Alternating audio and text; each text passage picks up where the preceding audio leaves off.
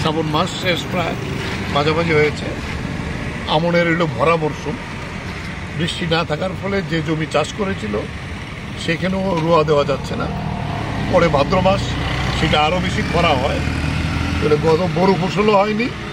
এবার আমন যদি না হয় তো ধান হইলে আমাদের প্রধান খাওয়ার ফসল।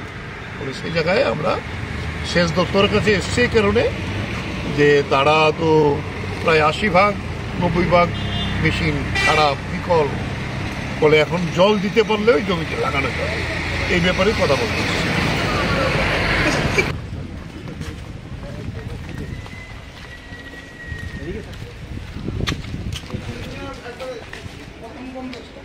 আচ্ছা, ওই কে এখন চার্জে আছে সুমন বাবু?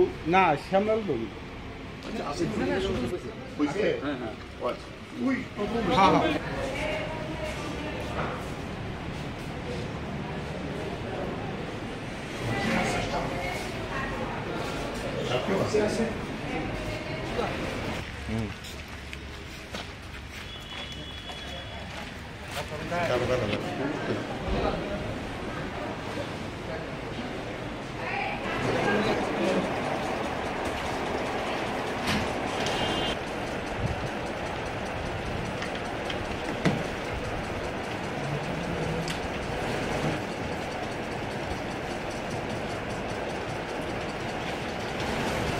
Thank you.